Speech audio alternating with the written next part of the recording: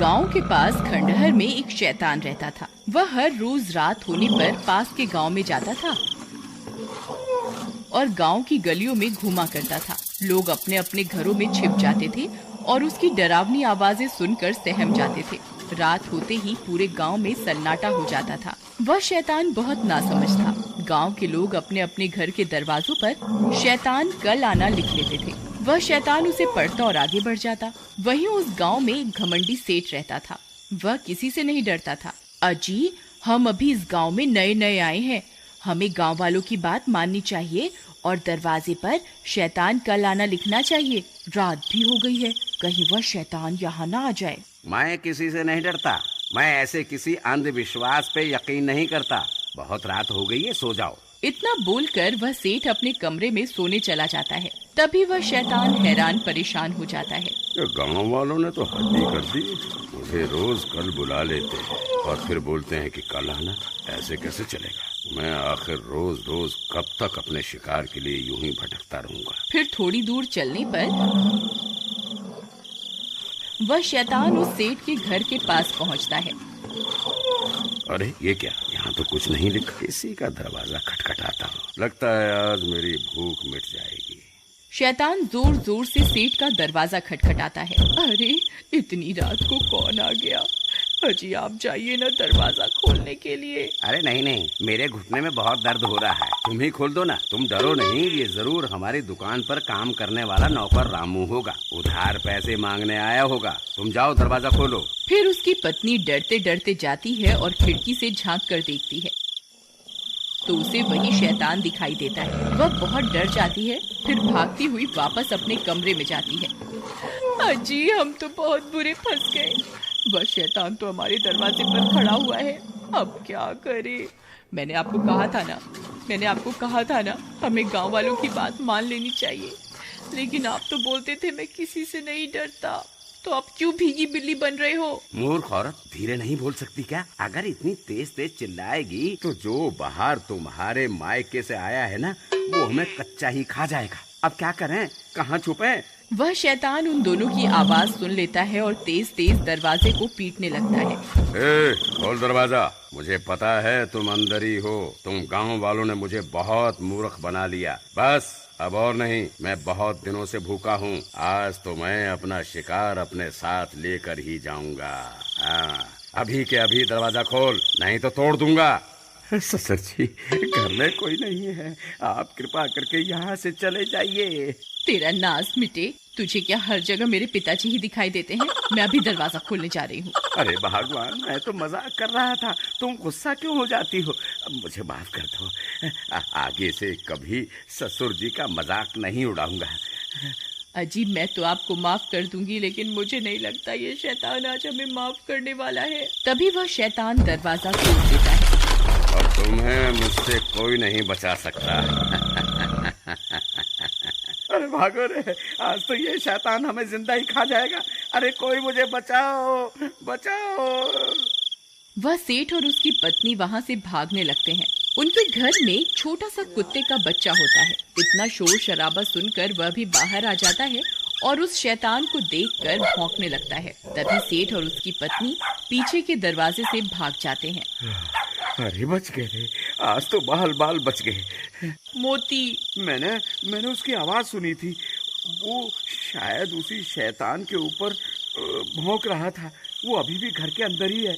मैं वापस अंदर जा रही हूँ अपने मोती को बचाने के लिए। तुम्हारा दिमाग खराब तो नहीं हो गया? तुम्हें क्या लगता है मैं एक कुत्ते को बचाने के लिए घर के अंदर जाऊंगा? नहीं नहीं, मूर्ख मत बनो और जल्दी चलो यहाँ से। वो शैतान कभी भी यहाँ आ सकता है। आपको जाना है तो जाइए, मैं वापस अंदर जा रही हूँ अपने मोती को बचाने के लिए। अरे तुम पागल हो गई हो क्या? वापस आ जाओ, बेवकूफी मत करो। लेकिन उसकी पत्नी अपने पति की बात को अनसुना कर देती है और घर के अंदर घुस जाती है। मोती उस शैतान को भौंक रहा होता है। नहीं नहीं मोती, पीछे आ जाओ, हमें अभी यहाँ से निकलना है।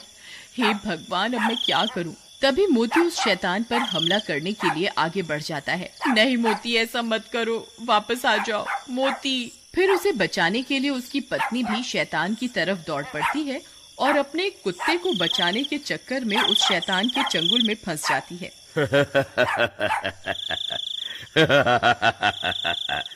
बहुत दिनों के बाद कोई शिकार हाथ लगा है।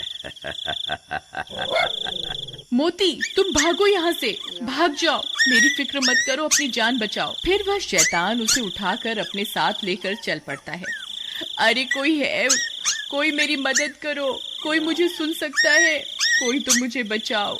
सब गांव वाले अपनी अपनी खिड़कियों से इस मंजर को देखते रहते हैं, लेकिन मदद के लिए कोई भी आगे नहीं आता। सब डर के मारे अपने अपने घर के अंदर छिपे रहते हैं। लेकिन उसका कुत्ता मोती रात भर उस शैतान का पीछा करता रहता है। फिर थोड़ी देर में वह शैतान अपनी गुफा में पहुंच जाता है और सुषमा को कैद कर देता है। चिल्ला मत, बस थोड़ा सा इंतजार और कर ले। मैं आग जला लूं, फिर तुझे उस आग में पका कर खाऊंगा। तभी उसका कुत्ता मोती भी उस शैतान का पीछा करते करते वहां पहुंच जाता है। अरे मोती, तुम यहाँ क्यों आ गए? तुम यहाँ से चले जाओ, नहीं तो ये तुम्हें भी खा जाएगा। लेकिन मोती वहीं बैठ जाता है और उसके लाख बोलने के बाद भी वहाँ से नहीं जाता। मोती, काश इंसान भी तेरी तरह वफादार होता तो कोई ना कोई मुझे यहाँ बचाने के लिए जरूर आ जाता। अरे कोई मेरी मदद करो, हाय मेरी पत्नी को वो शैतान उठा कर ले गया, कोई मेरी मदद करो। तुम्हारी कोई क्या मदद करेगा भाई, जब तुमने खुद अपनी पत्नी की मदद नहीं करी। काश तुमने अपनी पत्नी को बचाने की कोशिश की होती तो तुम्हारी हिम्मत देखकर हम भी तुम्हारी मदद करने आते। भाई मुझसे बहुत बड़ी गलती हो गई, कृपा करके मेरी मदद करो। लेकिन अब हम क्या कर सकते हैं, ना जाने वो शैतान तुम्हारी पत्नी को कहाँ लेकर गया होगा। भाई वो इसी जंगल की तरफ गया है, चलो हम सब उसका पीछा करते हैं। तुम पागल हो गए हो क्या भाई?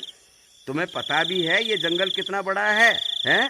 हम कहीं भी इतने बड़े जंगल में तुम्हारी पत्नी को नहीं ढूंढ पाएंगे और हो सकता है हम खुद भी भटक जाएं। नहीं नहीं भाई नहीं, हम तुम्हारी कोई मदद नहीं कर पाएंगे। ठीक है, गलती मुझसे हुई है तो मैं ही इसको सुधारूंगा। अगर तुम मेरे साथ नहीं चलना चाहते तो मत चलो, मैं अकेला ही अपनी पत्नी को उस शैतान से छुड़वाने जाऊंगा। इतना बोलकर वह सेठ जंगल की ओर चल देता है। मोती, तू यहाँ से चला जा, तू मेरी कोई मदद नहीं कर पाएगा, ये शैतान आता ही होगा। अगर गांव वाले यहाँ होते तो जरूर मेरी जान बच सकती थी। फिर मोती सुषमा की तरफ देखता है और पलटकर वहाँ से भाग जाता है। सुषमा भी मोती को भागता देख खुश हो जाती है। भाग जा मोती, जल्दी भाग जा, तू यहाँ से कहीं दूर चला जा। शुक्र है भगवान का, अब कम से कम मेरा मोती तो सुरक्षित है। मोती सीधा भागता हुआ अपने घर की तरफ जाता है। अरे ये तो मोती की आवाज है, लगता है मोती आसपास ही है। मोती, कहाँ हो तुम? मोती, मोती, मोती, तुम कहाँ चले गए थे? तभी मोती सेठ की तरफ देखकर जोर जोर से भौंकने लगता है। लगता है ये मुझे कुछ बताना चाहता है। तभी मोती सेठ की लुंगी को खींचने लगता है। अरे ये क्या कर रहा है मोती? लगता है ये मुझे कहीं ले जाना चाहता है। कहीं ये मुझे सुषमा के पास तो नहीं ले जाना चाह रहा। मोती, क्या तुम जानते हो सुषमा कहाँ है? ठीक है मोती, मैं समझ गया तुम क्या बताना चाह रहे हो, लेकिन हम अकेले उस शैतान का सामना नहीं कर पाएंगे। फिर वो दोनों भागकर वापस गांव जाते हैं। अरे भाइयों, जब वो शैतान सुषमा को उठा कर ले जा रहा था तब मोती ने उसका पीछा किया था। अब ये जानता है कि सुषमा कहाँ है। कृपा करके मेरे साथ चलो, हम सब मिलकर सुषमा को बचा सकते हैं। देखो भाई, हम तुम्हारे ऊपर तो विश्वास नहीं कर सकते, लेकिन हमें इस बेजुबान की वफादारी पर पूरा भरोसा है। हम जरूर चलेंगे, चलो अभी चलते हैं। वहीं दूसरी तरफ वह शैतान खंजर लेकर सुषमा की ओर बढ़ रहा होता है। हे ऊपर वाले, अब बस तेरा ही आसरा है, हो सके तो किसी को मेरी मदद के लिए भेज दो। तभी उसे मोती के भौंकने की आवाजें आने लगती हैं।